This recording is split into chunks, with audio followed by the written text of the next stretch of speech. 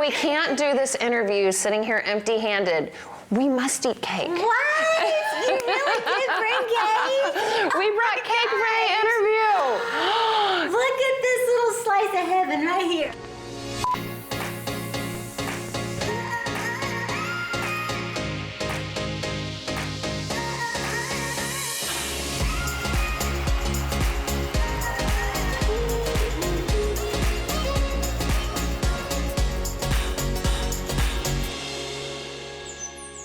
So we're going to eat our cupcakes while we talk today. Okay, so I'll feel it. So tell me just about a couple of your books that you've written. Yeah, so I've written Dream It, Pen It, Live It, all about how to make vision boards. Yes. Yes, I've done the Declutter Your Way to Success, which was my first directive from the Lord, was to get my house cleaned up. I thought it was the voice of my mom, not the voice of God. Or the devil, right? Exactly. They rebuke you, Satan. Get me behind me. Get in that dirty closet right now. Right, exactly.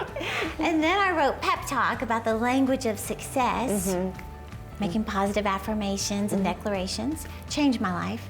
I've written Imagine Big about using the power of your imagination. When I get around you, you plant ideas in my head. You get me going and thinking bigger things and dreaming bigger dreams. But I wanted to talk with you about those distant dreams. Yeah. Because I know there was a time in both of our lives when we did not think that maybe we could do some of the fun stuff that we do today. Not at all. So while we sit here and eat our cake, I want you to just talk to us a minute about where you started, because you're a preacher's kid. Yeah. So you were probably brought up silver spoon, never did anything wrong, our life was perfect. So you've heard my story? Yeah.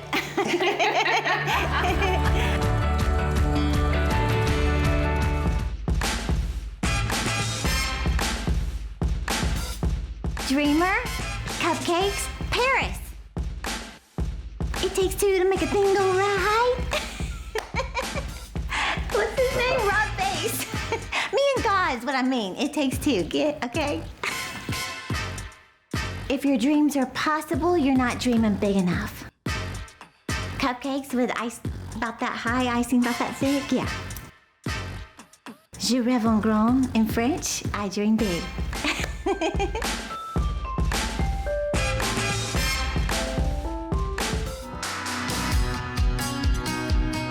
I did grow up in a very strong Christian home. Some people know my dad, Jerry Savelle. Greatest parents, greatest upbringing. And honestly, I wasn't the kid that was wild and they had to worry about. I was. That was you. I was kind of the happy-go-lucky. I was the cheerleader all through school, and I was the homecoming queen, you know. I even dated the quarterback, hey. But what most people didn't know, I was always smiling too, so everybody thought, oh, she's just so happy and so perfect, you know. But what people didn't know was I was hiding so much pain behind the smile. I was hiding a lot. And I never told anybody for years and years. So what happened was, when I was 14, I was raped by a guy at a gym, at a fitness center. I just met him that day, and never dreamed in a million years that I would lose my virginity on a gym floor by a guy I didn't even know. Well, when that happened at 14, I really internalized it, and I saw myself as ugly and fat and worthless. And you've heard that phrase, that you behave in a manner consistent with how you see yourself. Well, I saw myself as worthless, so I started kind of acting worthless, letting people treat me like I'm worthless. But I hid it all behind the smile and cheerleading. And ended up dating a guy for a couple years that became abusive. Again, you let people treat you based on how you see yourself. So everything from being choked and strangled to locked in a car, my head banged against the steering wheel, I stayed with the guy. Finally, after 2 years, I broke up, went off to college, you know, and my last semester of college, right before I graduated from Texas Tech, I got pregnant before marriage. And I was laying in my apartment in Lubbock, Texas with my journal, scribbling, I want to die. Because I was so ashamed of myself. And I honestly thought, I am the biggest disgrace of my dad's ministry. I'm a disgrace to the Savelle family. When I found out I was pregnant, I wrote my parents a letter. This was before email. Wrote my parents a letter saying, basically, you should disown me. I don't deserve to be in this family. I don't deserve a wedding, you know. But I remember when my dad got the letter. Well, first, when my mom got the letter, she got it first. I knew she was going to get it that day. I was dreading the phone ringing. All of a sudden, it rang, and I said, hello, and I heard, Terry, this is your mother. I said, hi, Mama, and then she goes, you know what? I got a letter from you today. And I said, I know you did. And she said, you know what I said? We're gonna have a grandbaby. That was my mom's words to me. And then my dad called, he was in England at the time. He called me, and that was what I was dreading too, because nobody wants to disappoint their dad, you know? And then I hear my dad on the other end of the phone saying, Terry, it's your daddy. I just started bawling, Daddy, I'm sorry, I'm sorry, I'm so sorry, Daddy. And the first thing I heard was, this does not change my love for you. My parents just embraced me with so much love. So that's where I was. And ended up getting married though. 3 weeks after I found out I was pregnant, I got married. 3 weeks after my wedding that my dad and Kenneth Copeland performed, and I was humiliated, wore my sister's dress, walked down the aisle with my head down. I love that picture of love. Yeah. Because here you are humiliated, and your dad and Kenneth Copeland confirm you're doing the right thing by doing the wedding. Isn't that amazing? You're making me cry. You're making me cry. Don't you let people talk you out of your dreams. We're the king's kids. We get to live in the overflow. We get to live above and not beneath, the head and not the tail. He said, look, I am in your tomorrow today. I know what the enemy will try to do to you tomorrow, so I'm speaking a word to you today to prevent you from ever getting in fear. God's doing more in you than you see, but we see it. We place value on your life. We champion the cause of Christ. You are not alone, and God is writing your story. Nothing is wasted when it comes to Jesus. I would always hear, I believe you're sorry when you change. That's not what God says. God says, I forgive you so you can't change. Tonight, just watching everybody worship, I took a moment, I kind of turned around. I was just able to see everybody together, all these women that feel so empowered by the love of Jesus, just to bring the feeling that we had today and take it with us. Not just allowing this to be in the room, but to carry that forward every day after. Now, we don't have any in-room tickets to sell you. All those have already been sold. The virtual conference ticket will include the gift bag we had planned for this year and some fun party pack things that kind of bring the conference experience home to you. www.iamwoman.tv.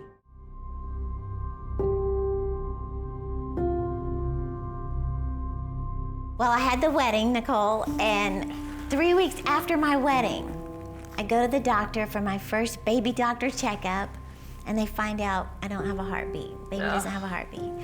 So we had to do surgery to remove the baby.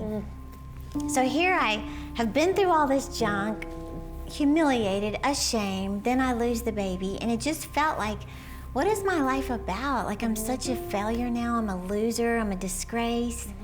Shame and guilt will keep you from your calling. Yes. And you know what? I know this is a show about goals and getting to your dreams, but I think the very first thing that keeps you from your dreams is the fact that you're anchored to something in your past. So I think that's the very first thing that we should do, is we should cut ties. We should go ahead and, you're stuck at this dock and you're wondering why you can't get anywhere. Let's go ahead and let's just get out a saw. Let's get out a chainsaw. Let's get out some hedge clippers, whatever it takes. Let's go ahead and cut ties with that thing that's holding you here. You're never going to be able to get here until you let go, let go, let go. Do it Elsa style. Let it go, let it go, let go of that thing. God has called you to so much more.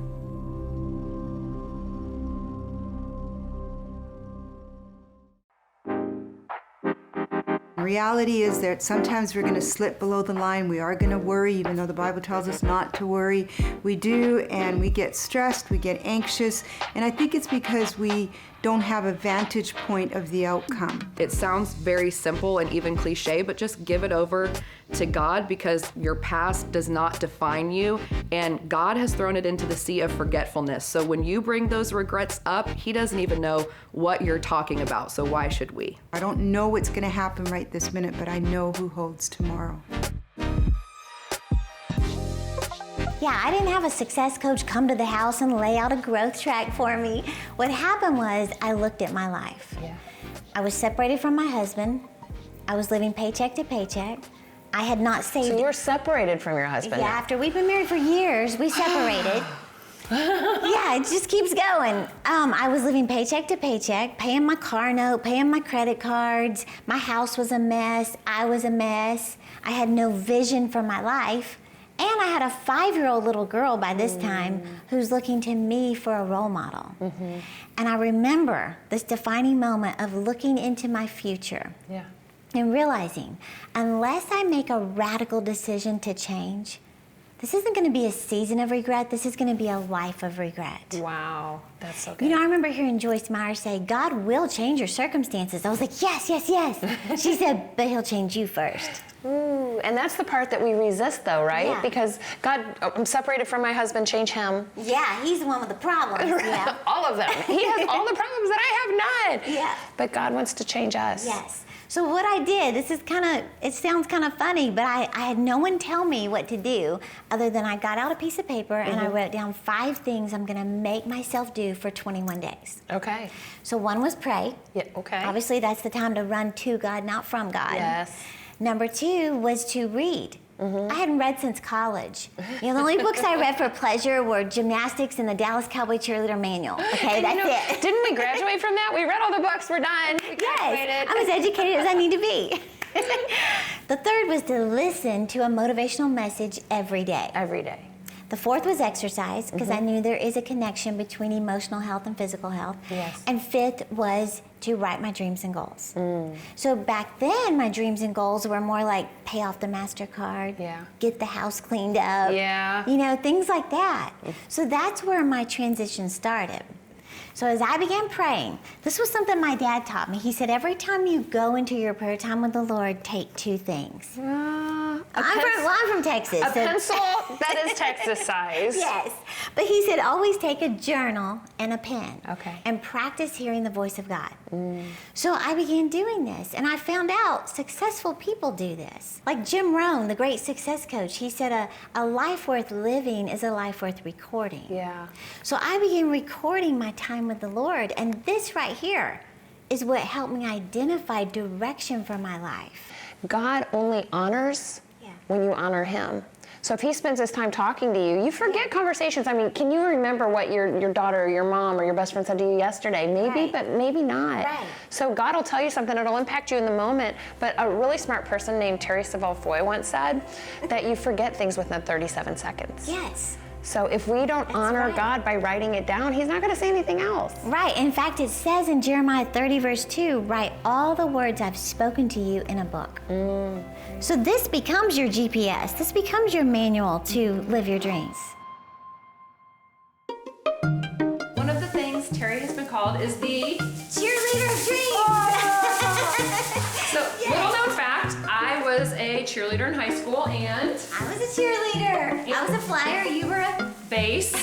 So we are going to stunt today, or at least attempt it. Oh my gosh. So you are going to stand on top of me. Oh my gosh. Okay, so we have. Are you ready? Do you want to put one foot here, and we'll come up this way? We can do. Do you want me to go like Let's this? do this. Come up this Give way? me a good pocket. Or do you want me to? You want to come up? Let's to do the side. Side. Okay. So I'm gonna put my right leg in your pocket, and then I'm gonna put my left leg immediately on your left shoulder. Yes. You ready? Yes. And then you'll stand. Ready? Yes. 1, 2, 3. Oh, it's nice. Hold on. Ready? 1, 2, 3.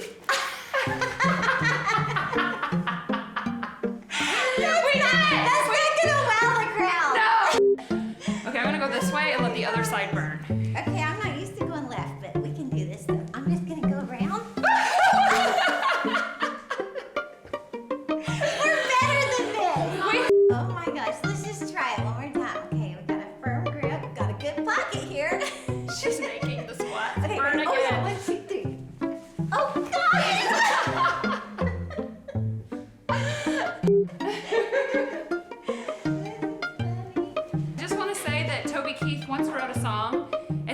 not as good as I once was, but we're as good ones as we ever was. All right, are you ready? Yes. Here we go. Okay, so, got it? Yeah. We did it!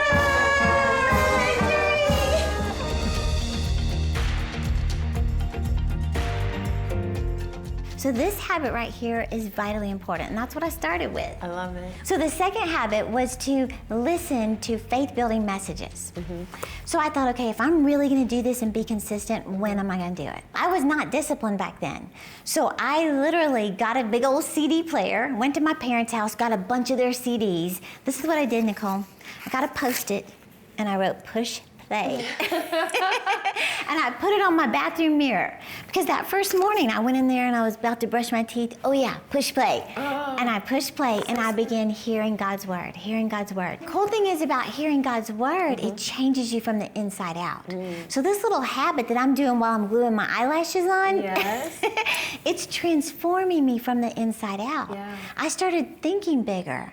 I started building my self-image. I started building my confidence as I'm just brushing teeth, adding more mascara with that simple habit. Well, and that's why you should push play on the Nichole Crank Show every day on YouTube. So that is success tip number 2. So it's time for another we bite. get another bite of the cupcake. 1, 2, 3. And we're obviously good with talking with our mouth full. Right. So success goal number 3. The third habit was to make myself read. I hated reading. And I made this big announcement at my college graduation with my cap and gown. I told my whole family, I will never study again. I thought I've paid my dues. I will never pick up another book.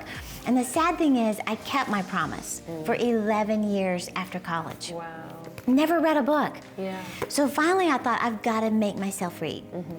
And since I hated it, I set the alarm on my phone for 20 minutes and I picked up the first book and I began to read. And then I did it again the next day. And I did it again the next day. Did that for 21 days. And again, something began to change. It was me.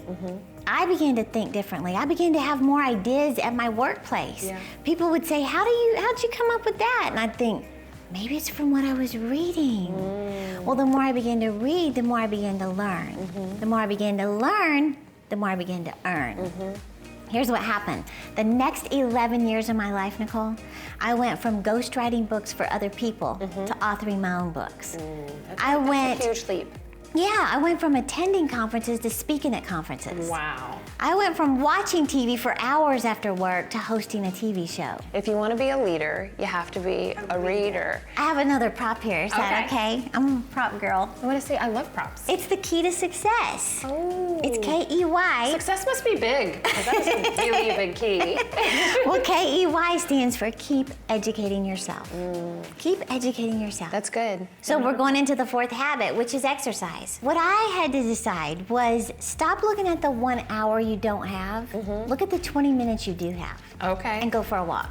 Okay. So back then, that's what I did. I would go for a walk in my neighborhood. And my walks also became my talks with the Lord. Okay. So my relationship with Him went to a new level just by me exercising every morning. Well, here's the cool thing. 20 minutes a day times 30 days in a month, that's 10 hours of investing in your physical health. Yeah. Just 20 minutes a day. Wow, that's so good. Because 10 hours of anything is going to change you. Right. Wow. Okay. So you start thinking better, you start feeling better about yourself, you start looking better. Well, and what I love about 20 minutes too, it's kind of like a micro goal. It's not like I have to go to the gym for an hour every day. It's 20 minutes. Right. We can do this. We can do 20 minutes because then we can eat cake. So there's that reward again. We get to eat cake. It's time for cake. You ever have things that you don't know what to do with in your life? You know, like maybe you should pray, but you don't even know how to start the conversation. How about this one? You have stuff you want to talk to God about, you think, but then when it comes to like talking to Him about it, you're like, how do I even tell Him this stuff? I mean, it's so deep and so dark. That's why I wrote this book. How to talk to God about the tough stuff. I got one more thing. It's like I want to start out with, hey, how you doing? Life's great, but there's this one thing. And then I wrote all of these topics. I wrote this, like, I want control back. I'm so embarrassed, wrestling with God. How about this one? You ever said this? I'm mad. But have you ever been brave enough to say it to God and then tell him why? Maybe this, are you even here? Am I fighting the wrong fight? This is the book that I was reading last night. It's so good. It's so relatable. All these things that nobody else in the world can help us out with but God. God can help us, and yet he's the very one we won't go to. Through all this, I realized that a lot of other people are struggling with this exact same thing, and that's why me and my team, we want you to have this book absolutely free. So all you have to do is go to NicholeCrank.com/free, and we'll give you this book. All you have to do is pay the postage, but with it, you get 30 days access to my circle of friends, where I'll get to mentor you and coach you, and we'll develop a partnership. Go to NicholeCrank.com/free. So Terry? Yes. Are you ready? Oh, I just had more cake. You ate it without me? I snuck a bite, I guess. So tell me, success tip number 5 from way back in the beginning. What was success tip number 5 that changed your life? Yes, and it was all about, I have another prop here, writing your dreams and goals. And that's really why I have the giant pencil, is for this to be a reminder. You cannot leave your goals in your head. You have to write them down. Yeah. They say don't just think it, ink it, right? Yes. And of course, this came from God's word. He's the one who said, write the vision, make it plain. And yes, that's it. So And that you can run, so that the person can read it, you have to see it to run with it. Right.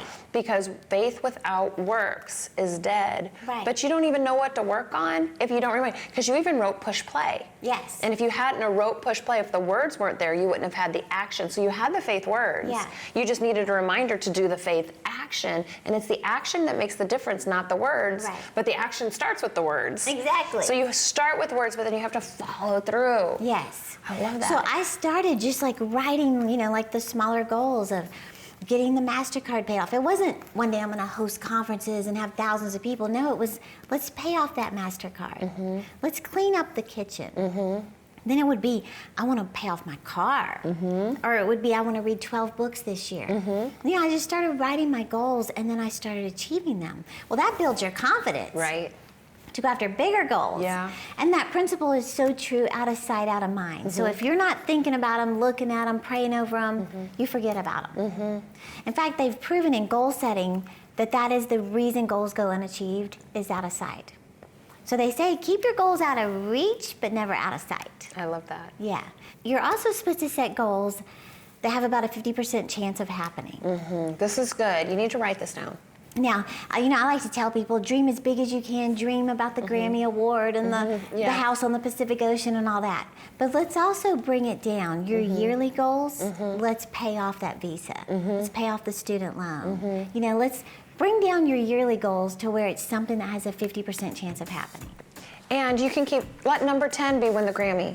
Yeah. Right? But let number 9 be start voice lessons. And number 8 be actually write a song, Yeah, and it's all about building your confidence, because when you pay off that MasterCard, then you have more momentum to go after the next one. That's exactly right. I absolutely love that. We did number 5. Oh, time for cake. Time for cake.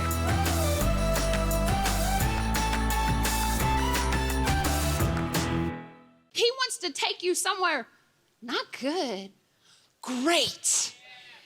He wants us to shrug off what the world told us we can't do and what the wrong people told us we can't be, and shrug off those mistakes we've made in our past and take off those scales from our eyes and start looking through the binoculars of faith. You see, we can't see the future the way we're supposed to see the future in the natural. We got to see with eyes of faith. We got to see with eyes that are bigger than we can ask, think, or imagine. We got to think with a God-sized imagination, because if we can do it ourselves, our dream is not big enough.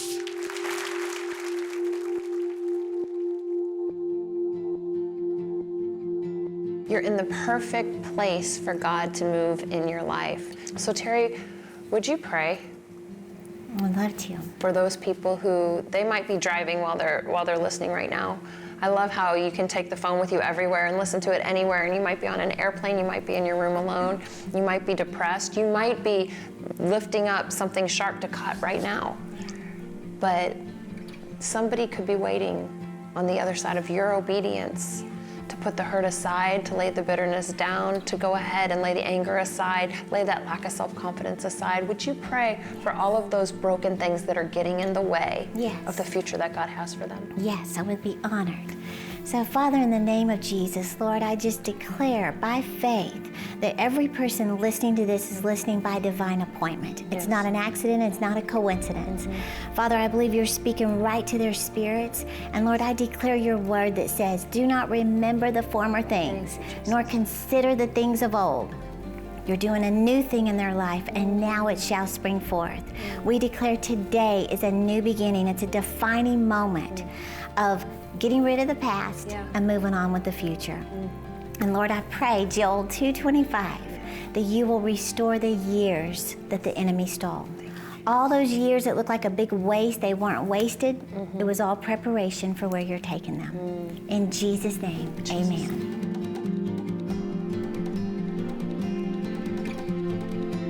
Amen and amen. I'm so glad you joined me today, and you might be looking at me right now going, okay, same outfit, different hair, different space, different place. We changed states on you just that quick.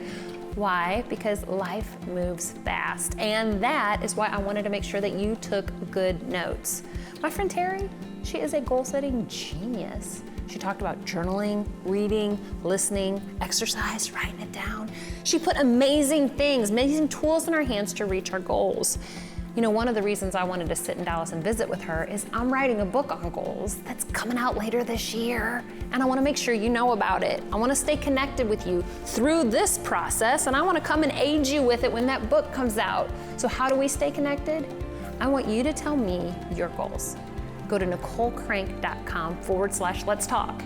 Get on my Instagram, DM me, get on my Instagram, put it in my comments. You can call our prayer line.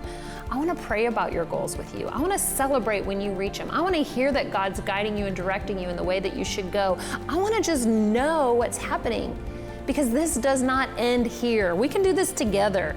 Matter of fact, I have some great goal-setting YouTubes. So you're one click away. You go to YouTube and you just click on that little subscribe button. You hit that little bell and you'll get an email every time I post something new. And if you subscribe to our channel, you'll have all our great content for you in one place.